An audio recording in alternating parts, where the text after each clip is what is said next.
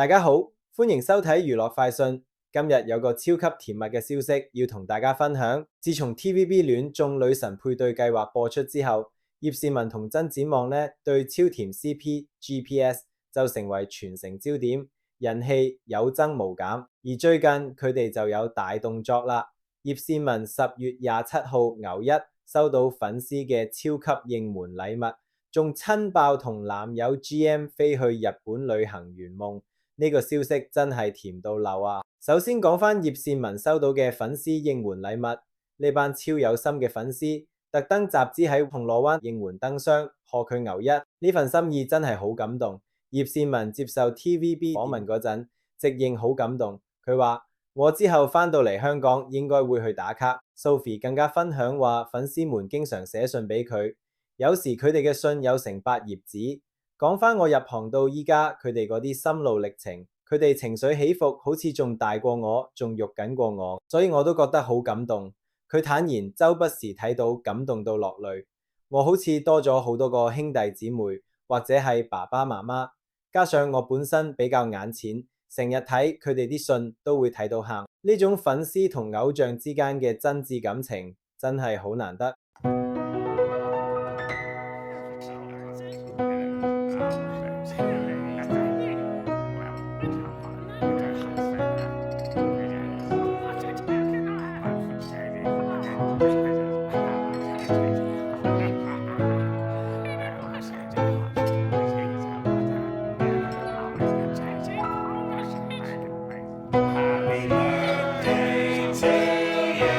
講到粉絲應援，就唔可以唔提佢哋俾呢對 CP 改嘅名 GPS。GPS 即係 GM Plus Sophie 嘅縮寫，好有創意。葉倩文對呢個名大讚不已，佢話一聽到就好中意，仲解釋話我哋都認為一段美好嘅關係喺成為彼此嘅人生導航。佢希望未來無論遇到幾多困難，雙方都能成為對方嘅指引，揾到回到彼此身邊嘅路。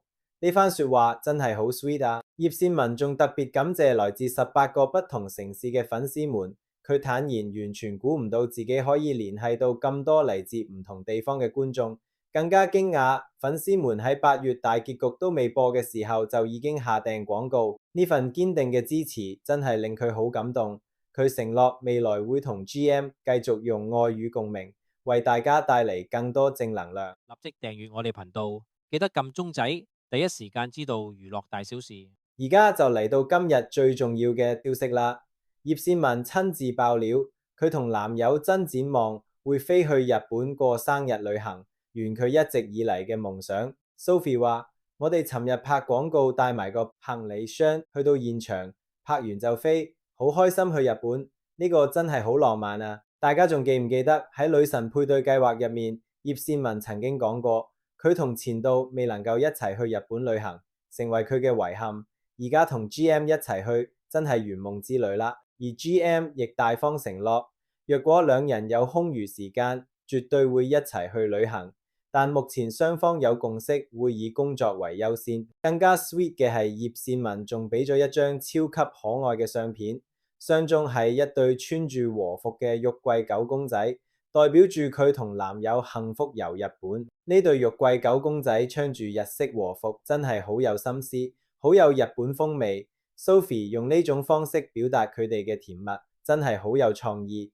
Sophie 更係 IG 問各路日本通京都和服邊間靚。講返葉倩文同曾展望呢對 CP， 佢哋喺女神配對計劃入面成功配對，成為全城焦點。佢哋嘅戀情狀況受到全城關注，最近不斷以情侶檔身份出席活動，默默賺錢。葉倩文笑言要賺奶粉錢，不過就澄清話唔係有喜，只係想儲錢。GM 就大讚女友有上進心，而佢自己亦因為參加女神配對計劃之後，工作量增多，收入都增加咗。佢笑言以前宵夜只能食麵，而家媽媽日日都會煲湯俾佢。講到兩人拍拖之後嘅相處模式， GM 坦言有時會怕醜，唔敢喺街上拖手。佢話唔知點解會怕醜，有陣時佢都會主動拖我，好似有啲觸電嘅感覺，驚俾大家見到又會有啲尷尬。我感情比較內斂，不過葉倩文佢話我對住佢冇抵抗力，真係甜到爆燈啊！講到生日，原來 GM 同葉倩文都係10月生日，10月12號係 GM 嘅28歲生日，而10月27號就係葉倩文嘅33歲生日。呢個係佢哋公開戀情之後首次共同慶祝生日，意義非常重大。喺 GM 生日嗰日，葉倩文就為男友送上一份超級驚喜大禮。佢拍咗搞笑短片，純粹想製造歡樂氣氛，送俾觀眾欣賞。真正送俾對方嘅禮物，其實係另外準備嘅嘢。GM 就笑話，有冇實體禮物其實唔重要，有佢陪我慶祝已經覺得好滿足。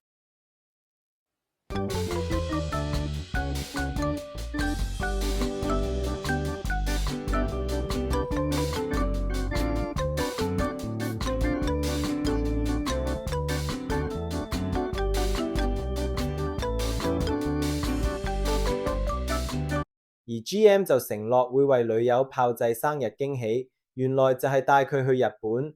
佢話女友最重視係對方嘅心意，所以佢會努力去傳遞自己嘅心意。佢仲話自己每日都會唱歌淋女友，有時揀歌嚟唱都會問女友意見，要 Sophie 做第一個觀眾。呢個真係好 sweet 啊！立即訂閱我哋頻道，記得撳鐘仔，第一時間知道娛樂大小事。講到結婚計劃， GM 同 Sophie 都表示唔會操之過急。雖然兩人拍拖唔過數月，但已經受到唔少粉絲嘅催婚。GM 坦言自己曾多次有過閃婚念頭，但會再考慮清楚，並表示希望自己嘅計劃可以配合 Sophie 嘅時間線。佢又承諾，若果真係有好消息，會第一時間通知大家。而 Sophie 就話自己嘅習慣係要再穩定啲先見媽咪。始終都係啱啱開始，佢哋都仲未安排對方見家長，因為未夾啱時間。加上 Sophie 嘅媽媽成日去旅行。自從女神配對計劃播出之後，葉倩文同曾展望嘅人氣急升。除咗主持工作，佢哋仲有一齊參與超級電競大派對嘅節目。佢哋表示公餘時會一齊打機。GM 自爆中意一邊食公仔麵一邊玩，因此分心成為豬隊友，可能連累女友成輸家，但雙方唔會因此爭執。